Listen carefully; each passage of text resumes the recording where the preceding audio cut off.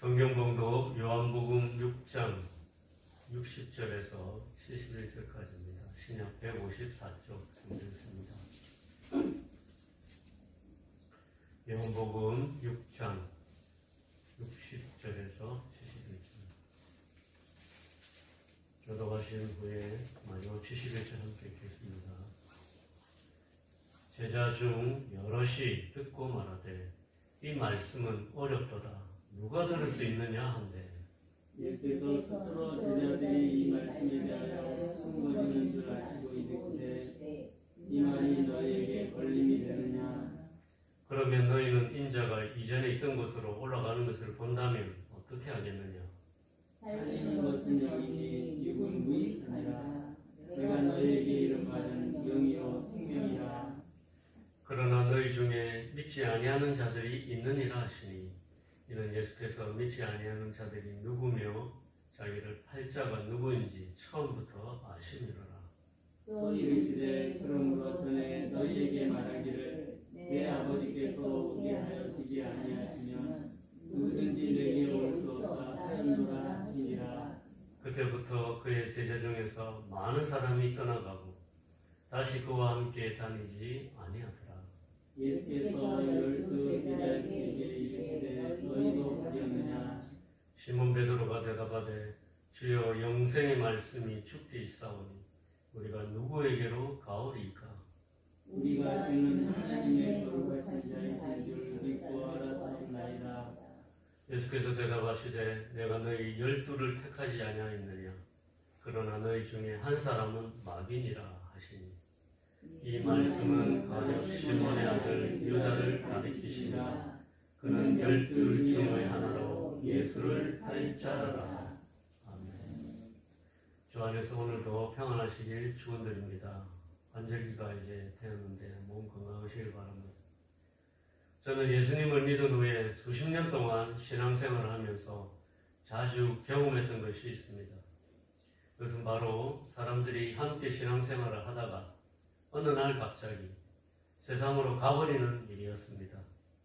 말 그대로 어느 날 갑자기 밀물처럼 교회에 와서 신앙생활을 같이 하다가 어느 날 갑자기 썰물처럼 교회에 나오지 않는 일이 반복되었습니다.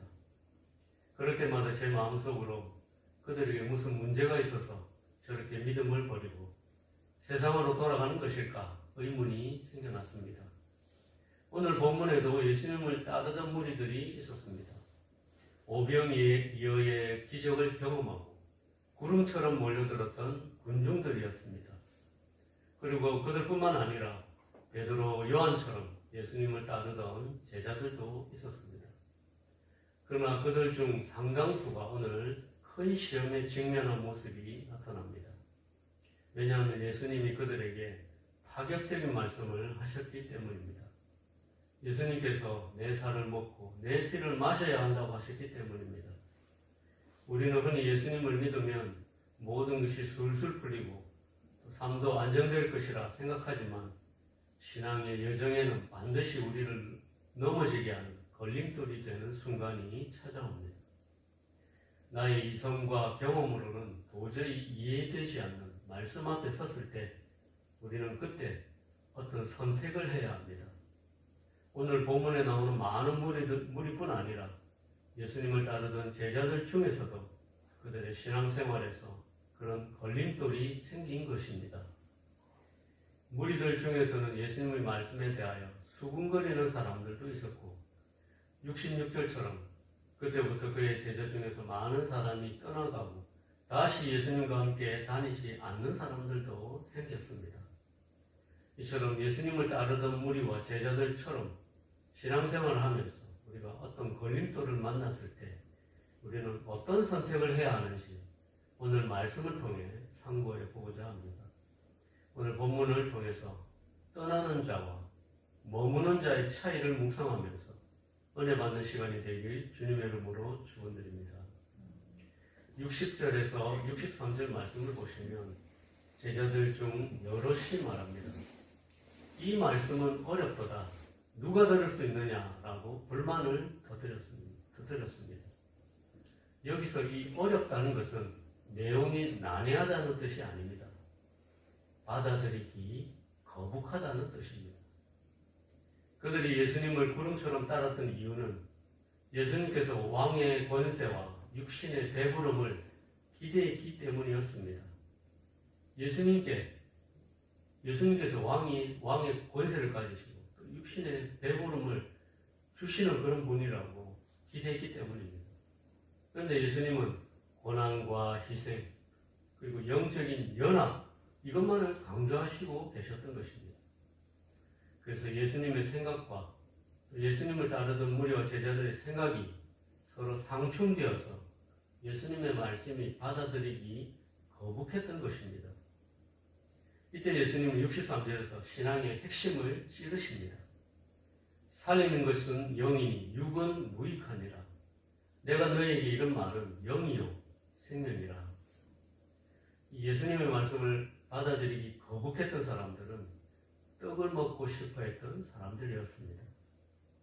그들은 육을 쫓았고 인간적인 본성을 따랐습니다. 그들은 육신의 떡을 위해서 예수님께 달려온 사람들이었습니다. 우리가 신앙생활을 하면서 실망하고 넘어지는 이유는 육의 기준, 즉 내 기대와 내 유익을 기준으로 말씀을 판단하기 때문입니다.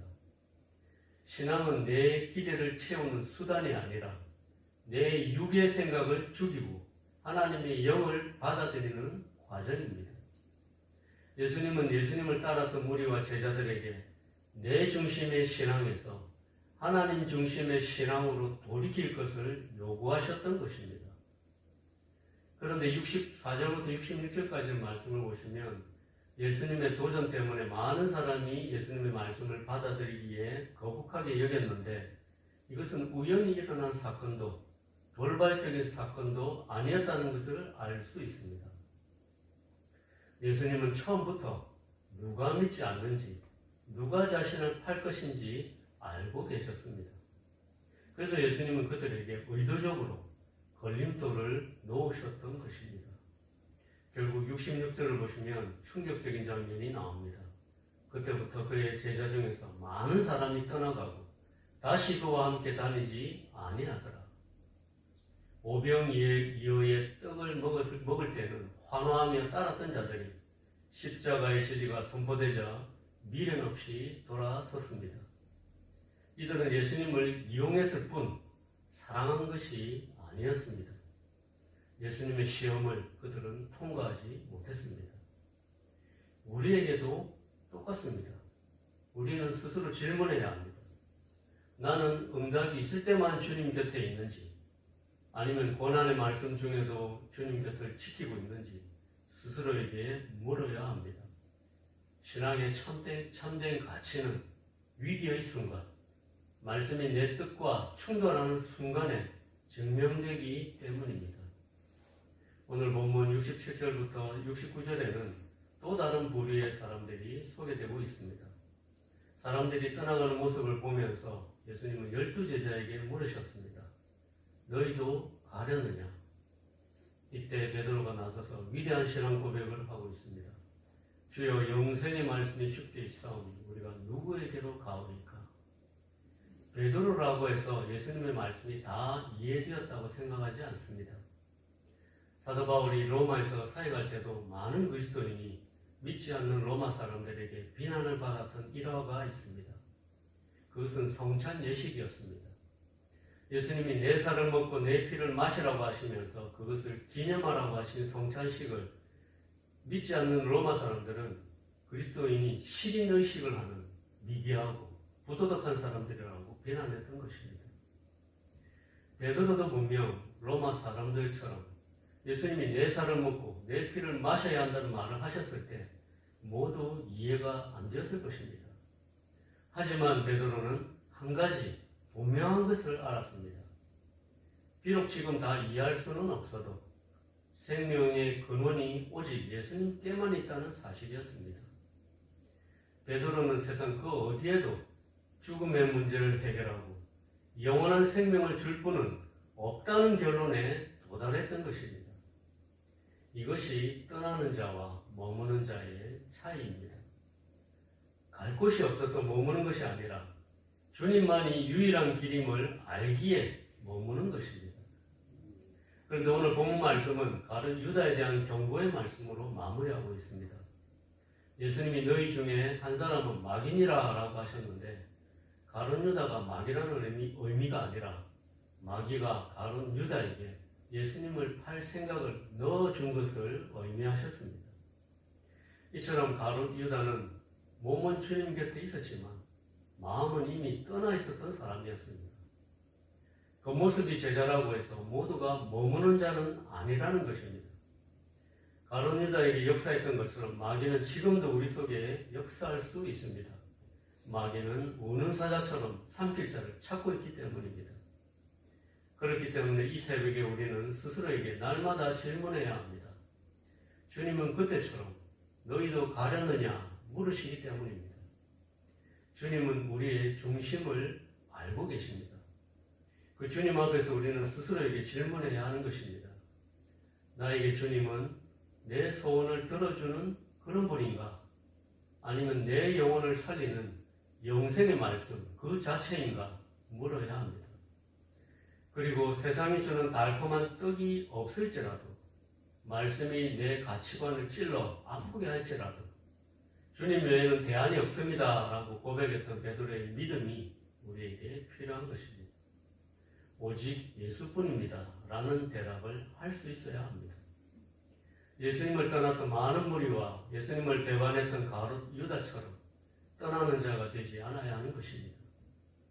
말씀이 덫이 되고 함정이 되어서 걸려 넘어지게 하는 걸림돌이 아니라 세상 가치관에 사로잡혀 세상을 사랑하는 사람이 아니라 예수님의 말씀을 영생의 말씀으로 붙잡고 예수님을 사랑하는 마음이 우리 속에 있어야 합니다. 이 아침에 주님의 말씀을 마음에 새기시고 베드로처럼 이해되지 않아도 신뢰하며 들리지 않아도 순종의 자리를 지키는 저와 성도님들이 되시길 주님의 이름으로 축원드립니다. 함께 기도하시겠습니다. 하나님 아버지, 육이 아니라 영의 세계를 바라보게 하시고 인간적인 본성이 아니라 생명을 주시는 성령을 따라 살게 하옵소서. 육신의 떡을 위해 달려가는 사람이 아니라 예수님을 신뢰하고 성령의 능력을 통해서 영원한 생명을 얻는 그러한 사람의 삶을 살아가게 하여 주옵소서.